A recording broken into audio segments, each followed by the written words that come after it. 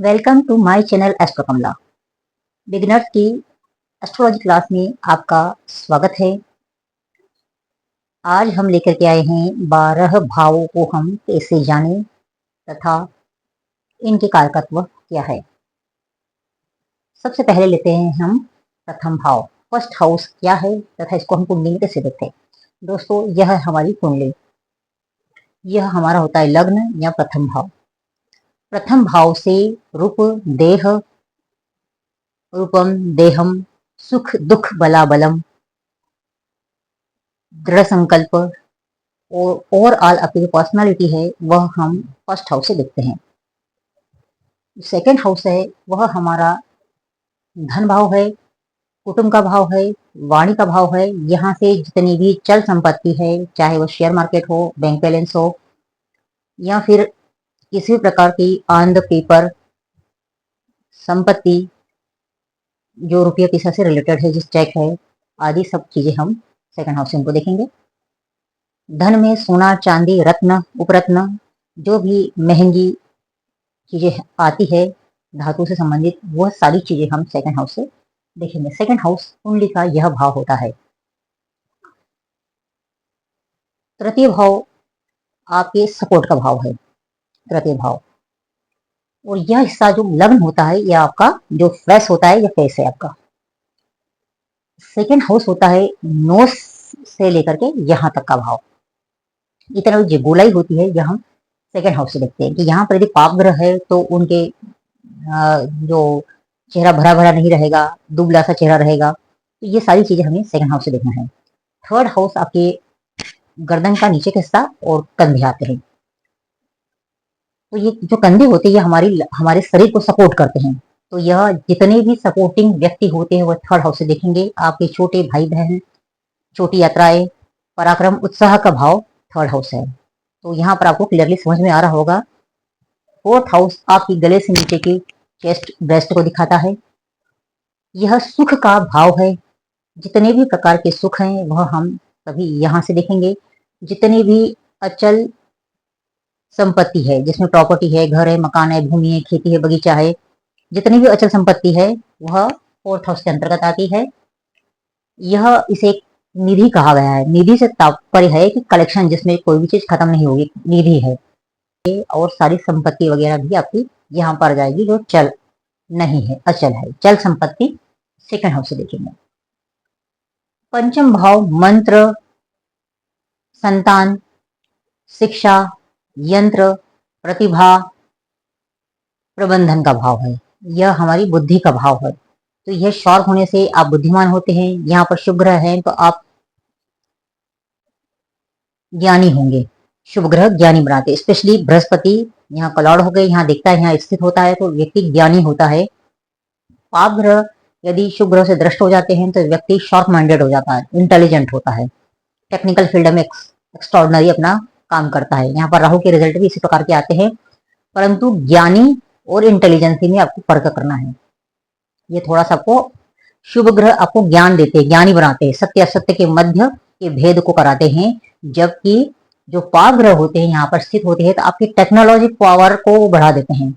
पर कहीं ना कहीं आपको जो ज्ञान और अज्ञान के मध्य जो भेद होना चाहिए थे वो क्षमता में इतनी ज्यादा वृद्धि नहीं करते हैं। जितना ज्यादा शुभ प्रभाव होगा आप ज्ञानी होंगे। ये होता है हमारा सिक्स्थ हाउस। यहाँ पर रोग, ऋण, रिपु, इन चीजों को हम देखते हैं। इसके अलावा मामा। अब ये हमारा, जैसे हमने पहले बताया कि लग्न है 1 2 3, यहाँ से तीसरा हाउस हमारे छोटे भाई बहनों को दिखाता है। ये हमारी माता का घर है। यहाँ से तीसरा घर 1 2 3 माता के भाई बहनों को दिखाता है। तो इसलिए यहाँ से मामा देखते हैं, मासियों को देखते हैं, मतलब माता के भाई बहनों को देखेंगे। रोग की जो शंका होती है वह भी हम छठे घर से देखते हैं। सेवंथ हाउस से आपका स्पाउस कैसा होगा, आपका स्पाउस की पर्सनैलिटी, वो क्या क्या कार्य कर रहा होगा आदि जानकारी हम यहाँ से लेते हैं। इसके अलावा यहाँ से व्यापार, व्यवसाय आदि गतिविधियों को भी हम यहाँ से देखते हैं। और यह मार्ग भाव है। मार्ग भाव को हम अलग समझाते हैं कि यह आयु का भाव है और आयु के भाव से यह घर 12वां होता है। यहाँ से जैसे ये 12वां घर है, ये लग्न से 12वां है, ये आयु से पिछले का जो भी घर होगा पीछे, वो 12वां घर उस हाउस का 12वां घर हो जाता है। तो इसलिए यह हाउस आयु का 12वां होने के आयु का व्यय को दिखाता है, इसलिए यह मारक की रिजल्ट देता है। तो यह मारक भाव है और यहाँ से यह भाव भी मारक माना जाता है, क्योंकि यहाँ से थर्ड से 12वां होने की वजह से यह मारक भाव माना जाता है। 7th हाउस के अलावा हम लेते हैं 8th हाउस। 8th हाउस आयु को दिखाता है, परेशानी को दिखाता है। जो भी आप छुप कर काम करते हैं वो सारी चीजें 8th हाउस से आती है, चाहे वो षड्यंत्र हो, घोटाले हो, व्यभिचारी हो, सारी समस्त गुप्त साधनाएं हो जो आप छुप करके करते हैं, ऑकल्ट साइंस हो, सभी 8th हाउस से देखी जाती है। तो यह शुभ है या अशुभ है, दोनों ही रिजल्ट ये देता है, परंतु जनरली यह त्रिक भाव में गिना जाता है, इसलिए इसके रिजल्ट बहुत ज्यादा नकारात्मक ही माने गए हैं। यहाँ पर कोई भी ग्रह स्थित नहीं है तो ज्यादा अच्छा है। यहाँ पर यदि ग्रह स्थित है तो वह अच्छे रिजल्ट नहीं देते हैं, अपनी शुभता को खो देते हैं। 9वां हाउस धर्म का घर है, गुरु का घर है, पिता का हाउस है, यह भाग्य का है। तो यहाँ से हम गुरु को देखेंगे, भाग्य को देखेंगे। यदि यह अच्छा है तो आप भाग्यशाली होंगे, आप जो काम कर रहे हैं उसका रिजल्ट आपको बहुत अच्छा मिलेगा। यह कर्म स्थान है, पद प्रतिष्ठा मान सम्मान को दिखाता है। आप जो कार्य कर रहे हैं उससे आपको मान सम्मान मिलेगा या नहीं मिलेगा, सारी चीजें हम 10th हाउस से उसका आकलन करते हैं। 10th हाउस के अलावा यहाँ से आप नौकरी कर रहे हैं या फिर कोई व्यवसाय कर रहे हैं, किस प्रकार का कार्य कर रहे हैं, सारी चीजें आपको 10th हाउस से पता चलती है। 11th हाउस सभी प्रकार के लाभ आय को दिखाता है, ये इनकम है, आय है।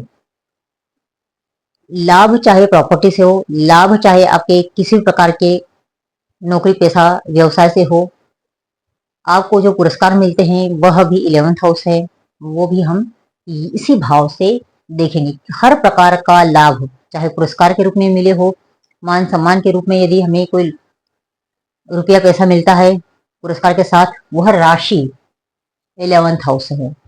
आप जो काम कर रहे हैं उससे कितनी इनकम हो रही है वो 11th हाउस है। आप जो व्यवसाय कर रहे हैं उससे इनकम 11th हाउस है। आप प्रॉपर्टी से या किसी प्रकार से धन से किसी प्रकार से यदि पैसा कमा रहे हैं तो उससे जो इनकम होती है वह है 11th हाउस।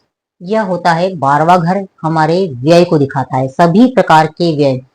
लग्न जैसे हमारा शरीर को देखते हैं तो शरीर का व्यय मतलब यहाँ पे हॉस्पिटलाइजेशन भी हम देखेंगे, मतलब शरीर की हानि होगी, शरीर का व्यय है तो यहाँ हर प्रकार के व्यय को हम यहाँ से देखेंगे। कितनी आपके रुपये पैसे में हानि हो, शरीर की हानि हो, आपके मान सम्मान की हानि हो, हर प्रकार की हानि को हम द्वादश भाव से देखेंगे।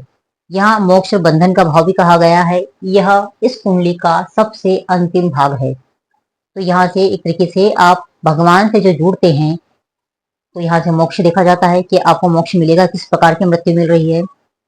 बंधन है कि आप पुनर्जन्म ले रहे हैं या फिर एक तरीके का बंधन है, तो यहाँ से जेल है, आपको किसने किडनैप कर रखा है, आप किसी भी प्रकार से किसी के बंधन में हैं, आदि सारी चीजें हम द्वादश भाव से देखते हैं। इसका संबंध यदि अन्य भाव से बनता है तो इसके रिजल्ट में शुभता और अशुभता में वृद्धि होती है।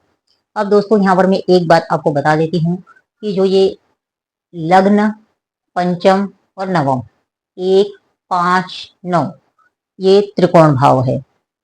1, 4, 7, 10 ये केंद्र भाव कहे जाते हैं। तृतीय, षष्ठ, 10 और एकादश त्रिषण आयपति माने जाते हैं। छठे, 8वें भाव को और 12वें भाव को त्रिक भाव कहा गया है। त्रिक भाव हमेशा खराब रिजल्ट देते हैं। इनका संबंध किसी भी भाव से बनता है तो कहीं न कहीं उनके नकारात्मक या अशुभ प्रभाव में ये हाउस वृद्धि करते हैं। त्रिकोण के भाव जब भी किस भाव से मिलते हैं तो उसकी शुभता में वृद्धि करते हैं। तो दोस्तों ये हुए 12 भाव। अगले वीडियो में हम लेंगे दृष्टियां, उसके बाद साथ ही हम एक एक ग्रह को समझेंगे। ग्रहों को समझने के पश्चात हम कुंडली का एनालिसिस करना आपको सिखाएंगे कि कैसे एनालिसिस करना है। इसी के साथ मैं अपने विचारों को विराम देती हूँ। फिर मिलते हैं अगले वीडियो में। धन्यवाद।